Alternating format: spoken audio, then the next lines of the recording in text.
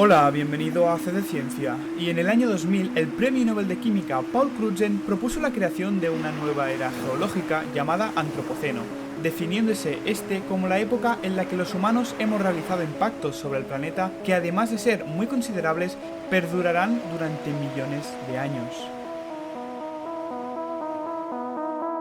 ¿Pero cómo empezó todo?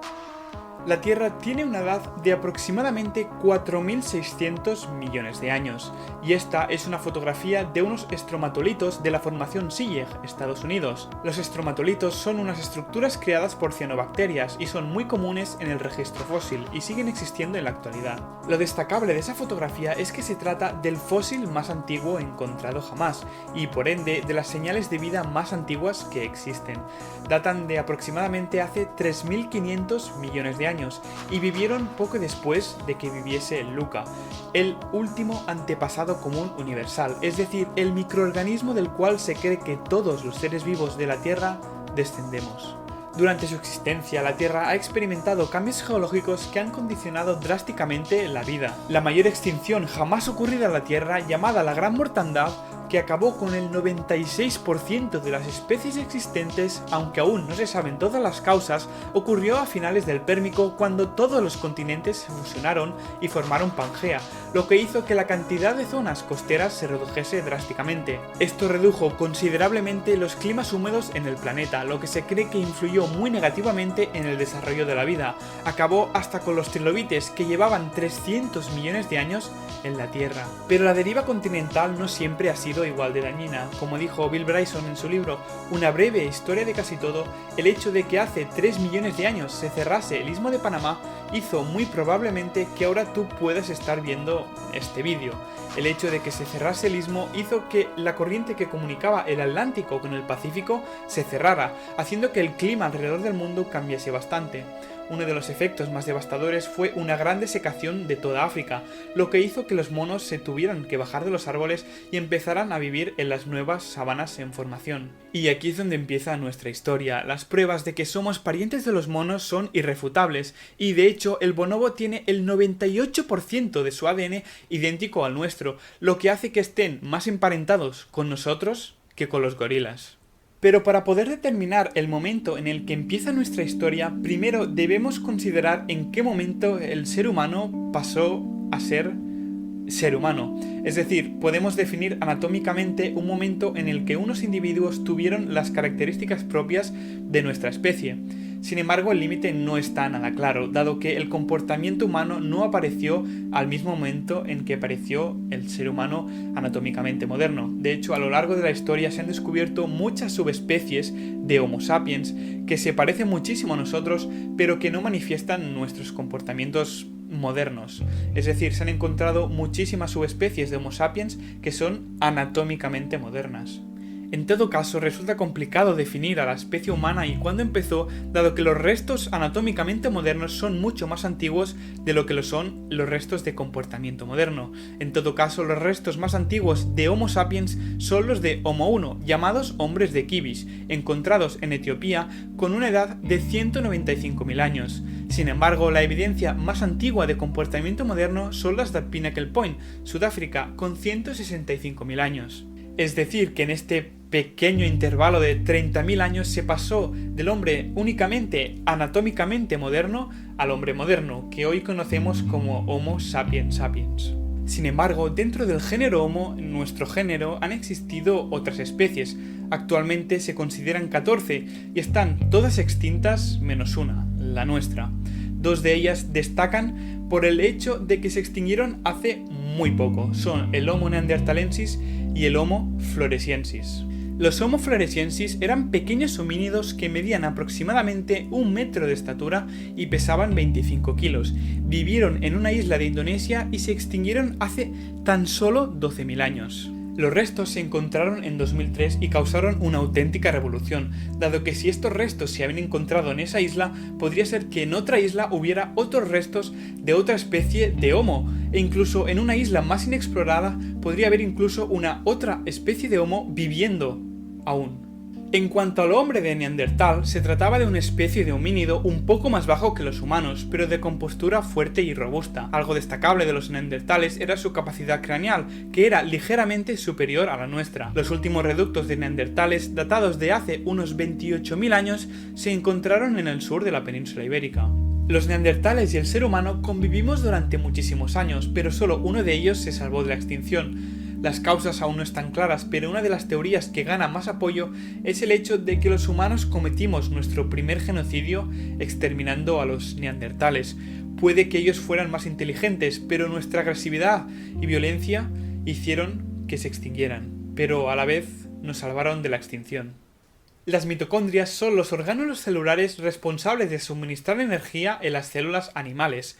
Algo característico de las mitocondrias es que tienen su propio ADN, es decir, funcionan con su propia información.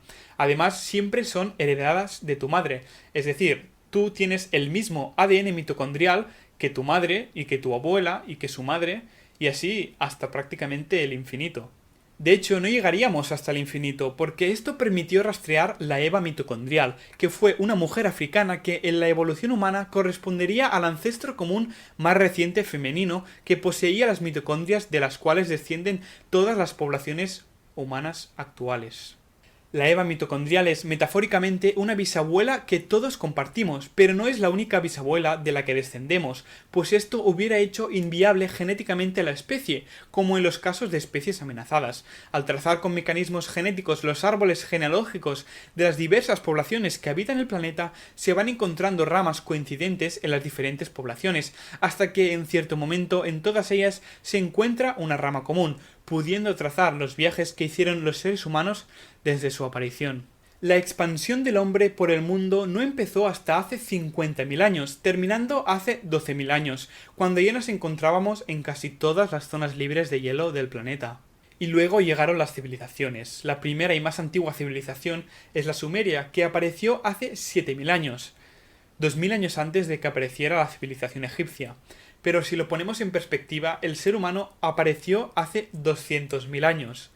Y tuvieron que pasar 193.000 años para que apareciera la primera civilización. Mucho tiempo. Y aquí estamos. Aquí en Islandia es el único lugar del mundo donde se puede ver el límite entre dos placas tectónicas, la euroasiática y la norteamericana. El límite se expande a la velocidad de 2,5 centímetros al año. El límite se empezó a separar, se empezó a crear cuando Pangea se fragmentó hace muchos millones de años.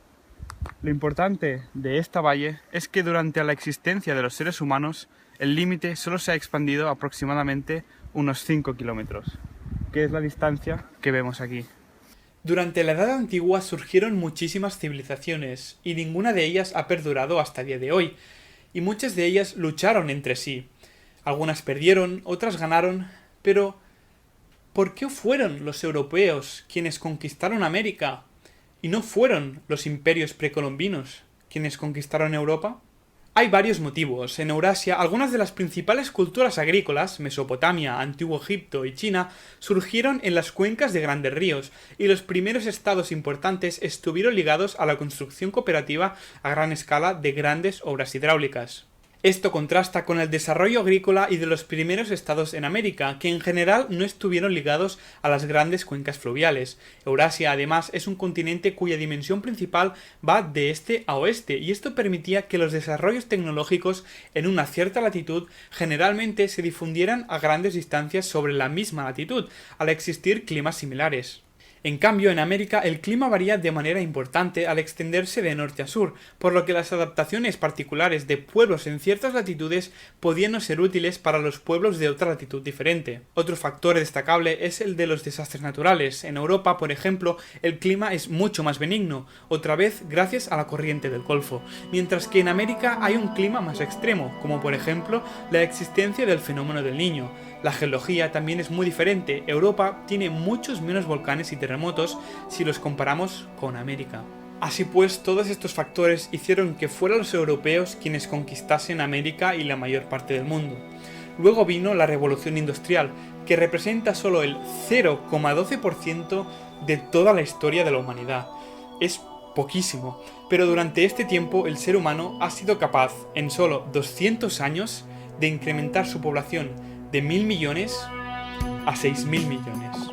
Durante este tiempo hemos logrado volar, hemos inventado la televisión, los ordenadores, internet, hemos descubierto las leyes que rigen nuestro universo, hemos sido capaces de acelerar partículas a velocidades cercanas a la de la luz y hacerlas colisionar, hemos creado robots y los hemos enviado a otros planetas, hemos ido a la Luna, hemos enviado naves al espacio interestelar y emitido ondas de radio que han alcanzado otros sistemas estelares, quizás a otras civilizaciones. Pero no todo ha sido tan bueno, hemos incrementado en un 150% las concentraciones de dióxido de carbono en la atmósfera, hemos extinguido muchísimas especies, hemos consumido los recursos que el planeta ha tardado millones de años en producir, hemos cambiado la rotación del eje terrestre, hemos perforado la capa de ozono, hemos contaminado el planeta, hemos creado armas horrorosas y hemos matado a millones de los nuestros.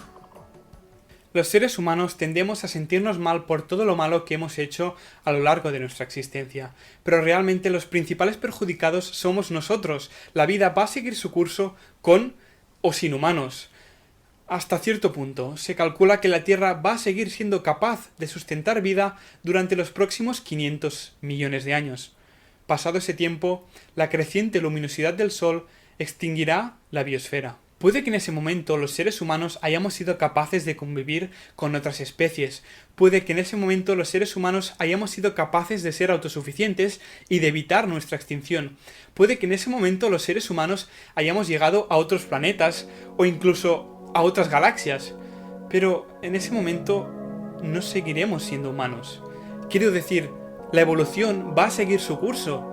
En estos 500 millones de años puede que tengamos 10 dedos en cada mano. Puede que seamos mucho más inteligentes, pero en todo caso, no seguiremos siendo humanos. Pero para lograr eso debemos evolucionar mucho.